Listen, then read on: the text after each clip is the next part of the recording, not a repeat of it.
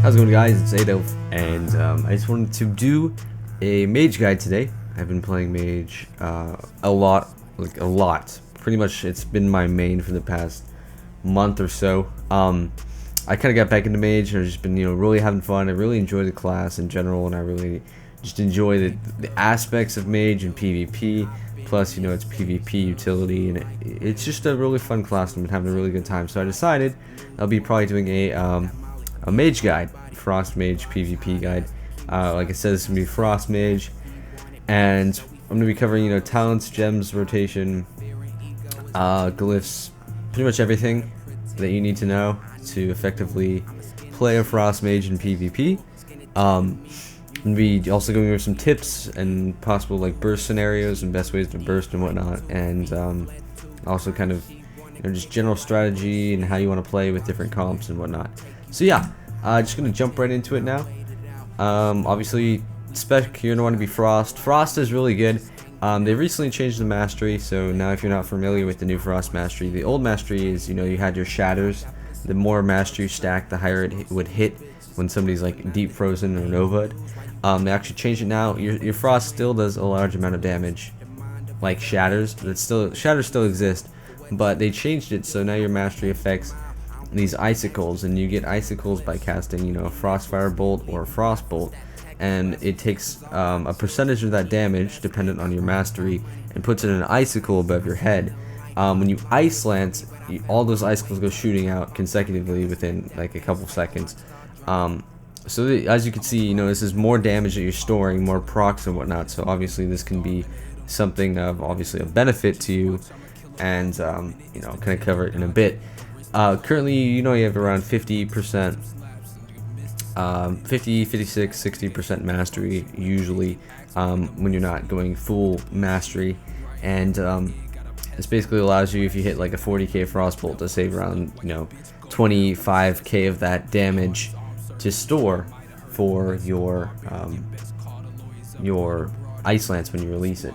So yeah, talent wise, it's pretty straightforward. There's kind of some things that you change, but not really that much.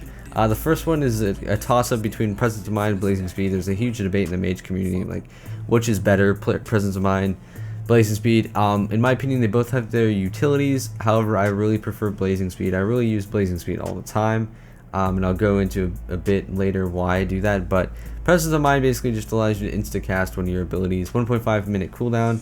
And I don't really find it as much because I'm just constantly casting polys. I mean, it could help you in a clutch circumstance get a palm poly or a palm ring, but in my opinion, it doesn't have as much utility as Blazing Speed. Blazing Speed increases your movement speed by 150% for 1.5 seconds. As you can see, it's really good, and yeah, it's beneficial. It's not on a global cooldown, and yeah, I really enjoy it. After that, you're going to want to choose Temp Shield. Now, the whole rule with the Temp Shield and Ice Barrier is you go Temp Shield if you're with a healer, Ice Barrier if you're with not a healer. Like if you're doing 2s or random battlegrounds, PvE, world PvP, you don't want to use Ice Barrier because you're not going to have a healer on with you. But if you do have a healer on with you, you don't want to be running Temp Shield because Temp Shield decreases the damage you take during the Temp Shield by 15% and also heals you.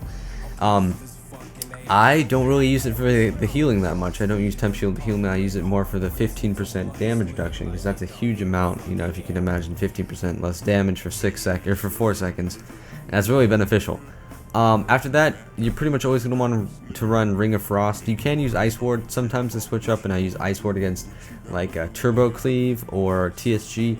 The comp I'm running, I usually run WMD, so I really don't have to worry about that much.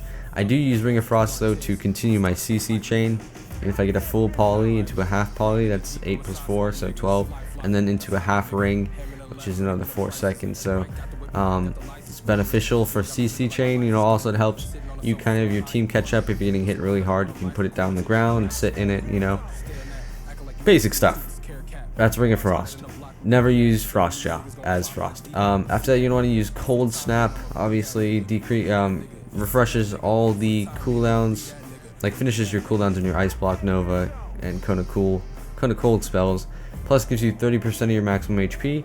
This is pretty much just used for getting a second block. That's pretty much all it is. And getting some health back. Yeah. Next after that, Living Bomb. You're gonna want to run Living Bomb. It's the most damage, single target damage spell, and it gives you the most procs single target damage wise. When it comes down to doing RPGs, you're gonna want to run Nether Tempest just because it'll give you more procs, but never run Frost Bomb, not anymore. It's another change with mages that it's new. Well, not new, but 5.3, 5.4 style. After that, you run Enchanter's Ward. Enchanter's Ward is your main source of damage buff. Basically, when Enchanter's Ward is off cooldown, which you never want to have it off cooldown, you get a 6% increased damage and spell damage. Basically, you're gonna want to keep it up all the time, and then when people break this Enchanter's Ward, you get 15% increased spell damage for 25 seconds, and you can see that the cooldown is 25 seconds. So pretty much, you want to always have your Enchanter's Ward buff up at all times, and this basically means that they have to hit you for 30k to break it, then you get this buff. So don't use it when they're not going on you, because that's just a waste. But you do get this is a really substantial amount of increased damage. I mean, 15% is very beneficial. So yeah, it's pretty simple. I see a lot of mages, like lower level mages, forgetting to use this or using this more as a damage reduction. This is not damage reduction at all. This is to get your buffs, and you want to use this before you burst, and you always want to keep up that buff. It's really beneficial. So yeah, now onto Glyphs.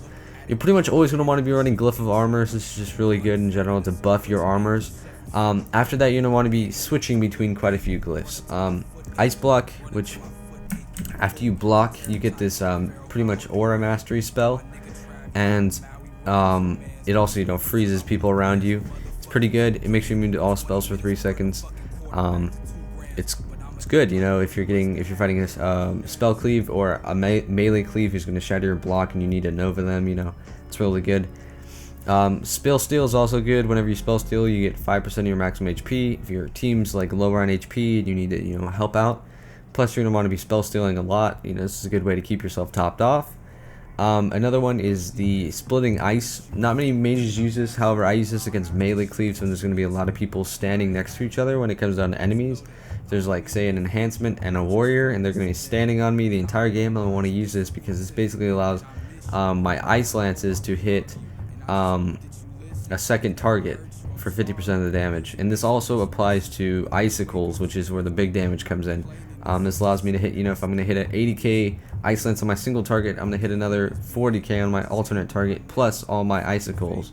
So this is basically pressuring the entire team, while also, not really changing much of my playstyle because I'm still going on one target. It just helps me out.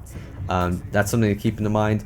Another good glyph is Deep Freeze. It takes Deep Freeze off the GCD, but it reduces its effect by 1 second. You basically use this to get a quick deep to stop somebody from doing something, or you can orb, and then right when the orb hits them, then deep them instead of deep orbing or opposite. That's pretty much it when it comes down to it. Polymorph Glyph, if you're fighting with a team that has dots, basically just removes all dots from the target when it comes down to polymorph. Pretty simple. It's like the sap glyph for monks. So when it comes down to stats, you don't want to be going. Your primary stat is obviously intellect. Secondary stat you're going to be reforging into is haste. Tertiary stat is going to be mastery. So intel, haste, mastery. Some gems you're looking at is the for the purples, you're going to want to be getting that 80 intel, 80 PvP power. For the reds, you're going to want to be going straight 160 intel. And then you're going to want to be going the Reckless Vermilion Onyx for the oranges. Pretty good. And that's the basics, of the gemming, reforging. Make sure you just enchant all your stuff. Not really anything I can go on besides that. Keep your haste as your number one. Like you enchant your bracers and enchant your gloves for haste, and yeah. So when it comes down to rotation wise, it's pretty simple. I'm gonna head to Veil real quick to show you guys on a target dummy. But overall, the rotation is it's kind of, you have to play conservative, because when it comes down to things, most likely 90% of the time people are going to be training you. You're a mage, everybody sees mage, they just love going on mages, so you have to think, okay, I'm not going to be able to cast. And the worst thing is you don't want to get locked on your Frostbolt, because that means basically you're screwed, because if you need to block, you can't, because you're kicked on Frost, and that means you can't block. You can always snap and then block, but that wastes cold snap, and that's terrible. You don't want to do that. So yeah, just be careful. So if you can't cast, you're going to be running around. You don't want to be just spamming Ice Lance, because it doesn't really do that much damage compared to if they're frozen. So you're just going to want to be running around, and keeping up your Living Bomb on your main target is the most important. Make sure you use your Fire Blast. It's an insta-cast spell that does some. It's really good damage. And it's an insta-cast and has a pretty short cooldown. So just remember you have that spell. When you do get a chance, you want to cast your Frostbolt to build your Icicles. Another good way to get your Icicles is through your Frostfire, insta Frostfire bolts. I'm gonna shoot all my Icicles here just to show you guys. So see, I have no Icicles, and I Frostfire bolt, and I get an Icicle. So basically, I can get my Icicles by running and not ever casting a Frostbolt at all. I can just run, and when the thing procs, I get an Icicle from it. So this can help you boost your Icicles while you're actually not able to cast a Frostbolt. So once you get your your damage, your Icicles, that's pretty much your main priority in the game, is to get your Icicles, get your damage going on your targets. You want to cleanse them, you want to purge them with your spell steal. The best way to get your Fingers of Frost is to Pet Nova 2 targets. Once you have all your damage, alter time. I shoot all my procs into your targets, and you come back, you do it again, and it's just an insane amount of damage. You can deep before this, obviously that'll do more damage. Deep won't help your Ice Lances because you already have Fingers of Frost procs. So if you think about it, Fingers of Frost just makes your Ice Lances act as if they are on a deep freeze target. So if you deep them, it doesn't matter because it's the same thing. I use deep as another source of damage, alternate from that. So basically I have two burst scenarios. I have my Pet Nova with all my procs and my Frostfire Bolt plus all my Icicles. And then once I'm done with that, that's like, I can get that kind of whenever. I can get that on cooldown with my Pet Nova. And then I have my Orb Deep damage, which is when I Orb and then I also Deep Freeze, and I just shoot Icicles into that. And that's when you get, your big damage. You get your major cooldowns, defensive cooldowns pop from enemy team when they set Orb. You're going to want to try at all costs to avoid that Orb, and that Orb Deep is really good to do a substantial amount of damage on, the enemy team. So there's kind of two burst setups, like I said, Pet Nova style and then Orb Deep style. That's what I use. Shooting Frost Bolts and Frostfire Bolts into a target isn't too bad damage either, 100 Ks every now and then, it's pretty good. And also you're building up your Icicles, so it's not quite bad. Just make sure you don't waste your deeps or waste your orbs. I've seen orbs. I've had orbs that just fly across the map, and just be careful. When it comes down to playing, it depends on your comp. I run WMD, which is really fun, except it requires me to be extremely aggressive, which is kind of dangerous for a mage. I gotta be in the fight. So this is when I'm using my blazing speed to get around corners. I'm using my blink to get up in people's faces. Talking about blink, take notice that I'm not using a freedom trinket. It's because I'm undead, so I have my Will of the Forsaken racial, and then I also have my blink, which gets me up stuns on 15-second cooldown. So that's pretty much my trinket there. So I really don't need to use the trinket. I'd rather use that double DPS trinket for the maximum damage. So that's another thing to keep into mind when it comes down to things. A really good opener.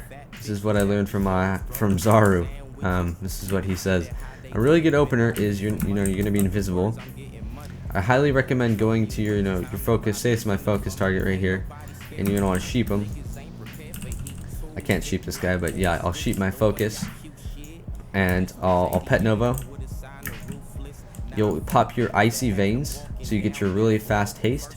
You'll deep, and then you'll Living Bomb into it. And look at this damage on the Living Bomb. It's really just insane damage just from Living Bomb, just exclusively from Living Bomb.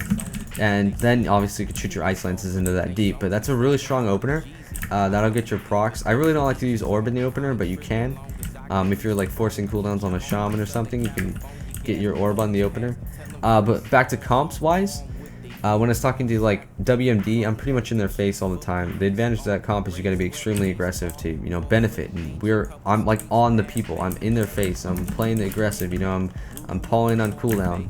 I'm pulling on DR. You know, I'm CSing everybody and just sitting on them, putting down rings on the whole team. You know, but other comps like MLS, you're gonna want to be more defensive and conservative with your cooldowns and less aggressive and more careful. You know, turtling around pillars and whatnot, and it's just kind of playing with your comp and seeing what it is. Like RMP, you gotta be in their face. You gotta do what like WMD is. You gotta sit there and you gotta clone and you gotta poly and you gotta coordinate with your team, your cooldowns. You gotta burst your guys. But more things like conservative wise, like Warlock gameplay, you gotta be, you know, sitting corners and whatnot. So Mage is a very versatile class. Make sure any, you know, benefits I can tell you is instead of having your healer pop major cooldowns for you, why not just poly a DPS? You know, if I'm having a warrior wrecking on me, I can blink blazing speed and then just get a full poly off on him. You know, if I CS the healer, he's just sitting his wreck on, you know, in a poly, and if he doesn't have trinket, which most DPS trinket right away because they're dumb, but you know, that's something to take notice of. And peel for your team. You know, you have a polymorph, which is in my opinion the strongest ability in the game. When it comes down to CC wise, it's spammable, really good, and when you're not building your procs and you're waiting for your burst, you pretty much just want to polymorph as much as you can, just because it'll make sure your team's ahead and you'll have the most pressure when your burst comes around, because most likely they'll trinket. And yeah, so that's pretty much a kind of basic Mage guide. I might be doing more advanced stuff in the future. I just wanted to do a guide because I've been playing Mage a lot more than any of my other classes. So yeah, hopefully this helped you guys. If you have any questions, just let me know. I know there's some really good mages that watch my videos, so just let me know anything that you guys think can help people improve, and I'll see you next time. Peace.